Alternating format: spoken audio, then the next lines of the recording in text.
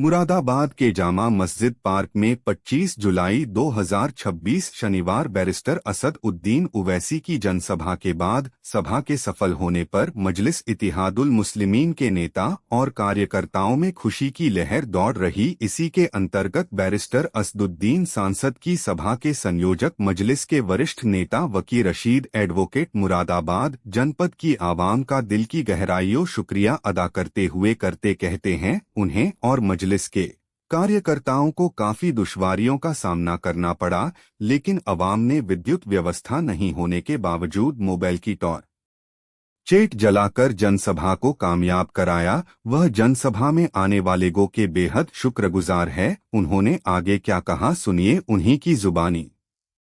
और अल्लाह मेरे दिल का हाल जानने वाला है।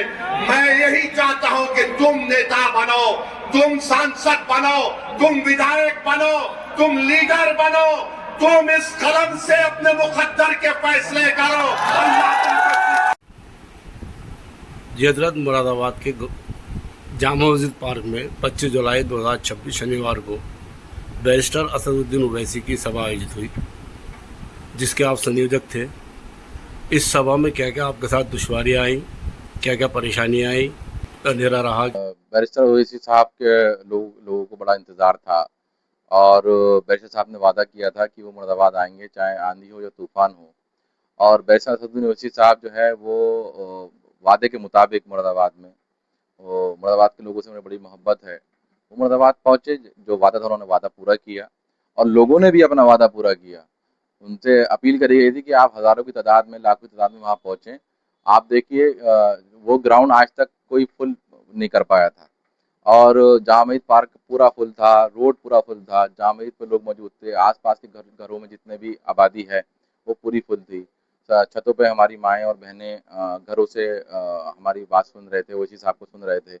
लगातार वो जो है ओवैसी साहब के वीडियोज़ बना रहे थे, अपने मोबाइल से बना रहे थे।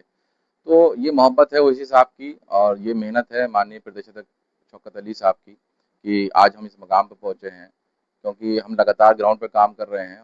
हम कोई बरसाती मेंढक नहीं है। हमने ये साबित किया है कि हम राजनीतिक दल हैं और बहुत जिम्मेदार राजनीतिक दल हैं और लोगों की समस्याओं के साथ, उनकी परेशानियों के साथ हम हमेशा साथ रहते हैं। लाइट की जहाँ तक बात कही है आपने, तो हाँ, लाइट की हमें परमिशन नहीं दी गई। उसमें प्रशासन की तरफ से हमें गाइडलाइन आई कि बारिश हुई है, ज़मीन गीली है और उससे जो है वो करंट की कुछ बात हो सकती है, तो लोगों को उनकी जान की हिफाजत के लिए हमने एक कदम उठाया। वैसे साहब ने जो अपना बयान फरमाया या संबोधित किया, उन किन बातों से आप प्रभावित हैं और जनता से क्या कहना चाहेंगे उनकी बातों को लेकर? देखिए, ओवैसी साहब जो बात कह रहे हैं वो बात तो लगातार पिछले 70 सालों से जो लोग मुस्लिम क़यादत की बात करते हैं वो सब कह ही रहे थे, लेकिन उनकी बात को कोई इतना लोग सुन नहीं पा रहे थे, वो लोगों तक पहुंच नहीं पा रहे थे। ये 70 सालों में पहली बार कोई एक मुस्लिम लीडर जो है वो निकल के आया है, जिसने पूरे हिंदुस्तान को प्रभावित किया है। विदेशों तक में ओवैसी साहब के ऊपर चर्चा होती है। तो बैरिस्टर ओवैसी साहब जितनी काबिल शख्सियत जो है वो आज आप जितनी पॉलिटिकल पार्टीज़ हैं उनके मुकाबले का कोई नहीं है। संविधान के रक्षक हैं, वो संविधान की बात करते हैं, संविधान को लागू करने की बात करते हैं। तो लोगों को बड़ा पसंद है ओवैसी साहब, उनकी बात लोगों को समझ में आती है और लोग जो है वो चाहते हैं कि बैरिस्टर ओवैसी साहब, मजलिस इत्तेहादुल मुस्लिमीन, माननीय शौकत साहब, ये सब लोग, मेहताब चौहान साहब, ये सब लोग इतने मजबूत हो जाएं कि उनकी कोई बात उठाने वाला तो हो। बाकी जितने लोग एमएलए एमपी बनते हैं वो तो सब गूंगे बन जाते हैं, वो अंधे बन जाते हैं, वो बहरे बन जाते हैं। तो लोगों को तो ऐसे लोगों की ज़रूरत है कि जो उनकी बात उठा सके। इस सभा के माध्यम से आपका कद बढ़ा है, आपकी पार्टी का मुरादाबाद में कद बढ़ा है, निजी स्तर पर क्या कहना चाहेंगे मुरादाबाद के? मैं मुरादाबाद की आवाम का और लाल बाग के लोगों का, जामा मस्जिद के लोगों का, करूले के लोगों का, जयंतीपुर के लोगों का, रहमत नगर का और गल शहीद के लोगों का और मुगल कटघर के लोगों का, लाल मस्जिद के लोगों का, नागफनी के लोगों का मैं बड़ा शुक्रगुजार हूँ कि वो इतनी तादाद में यहाँ पहुँचे और उन्होंने ओवैसी साहब को सुना।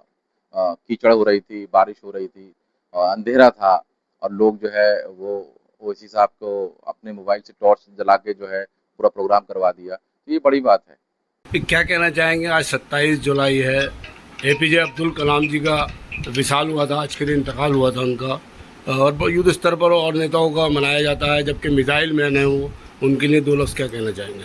देखिए मिसाइल है, उन्होंने न्यूक्लियर प्लांट डेवलप करके दिया पूरा, और भारत को उन्होंने सशक्त किया विश्व में, विश्व पटल पर भारत की साख को उन्होंने बढ़ाया है, और भारत की सुरक्षा के लिए उन्होंने बहुत काम किया। तो एपीजे अब्दुल कलाम तो साहब जो भारत रत्न भी हैं, उनके लिए तो सरकार की तरफ से बहुत बड़े प्रोग्राम होने चाहिए थे।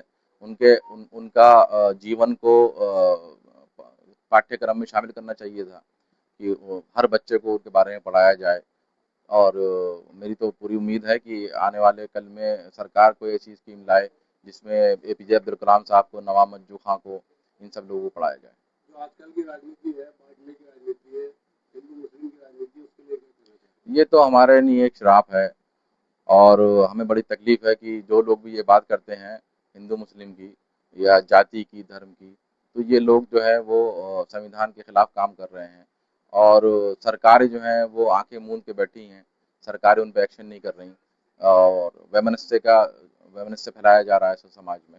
आपके मशवरे गाजियाबाद के पंडित जी थे, मनमोहन जी, क्या कहना चाहेंगे? नहीं, देखिए हिंदू मुसलमान सब पार्टी से जुड़ रहे हैं, हर इलाके में जुड़ रहे हैं, और जो हमारे हिंदू भाई हैं, ब्राह्मण हैं, ठाकुर हैं, दलित समाज के लोग हैं, ओबीसी समाज के लोग हैं, सब समझ रहे हैं कि बैरिस्टर असदुद्दीन ओवैसी जो है वो मजलूम के साथ है। जुल्म किसी पर भी हो, जब कश्मीरी पंडितों पे जुल्म हुआ तो पार्लियामेंट के अंदर सबसे पहले जो है वो बैरिस्टर असदुद्दीन ओवैसी साहब ने 2014 में इस पर आवाज उठाई थी। 2027 के विधानसभा चुनाव पर कितना इसका असर पड़ेगा आपके इसका प्रोग्राम का, क्या कहना चाहिए? देखिए प्रोग्राम का असर तो लोगों पर है ही, क्योंकि असर मेन प्रोग्राम का नहीं, ओवैसी साहब का है। और बैरिस्टर ओवैसी साहब लगातार लोगों से अपील कर रहे हैं कि अपनी क़यादत खड़ी करिए। हर पार्टी में हर समाज की हिस्सेदारी है, हमारी कोई हिस्सेदारी नहीं है। और जब तक हम अपने आप को मजबूत नहीं करेंगे, अपनी लीडरशिप को मजबूत नहीं करेंगे, हमारे मसाइल का हल नहीं होगा। इसलिए अपनी क़यादत को मजबूत करना, अपनी पार्टी को मजबूत करना बेहद ज़रूरी है।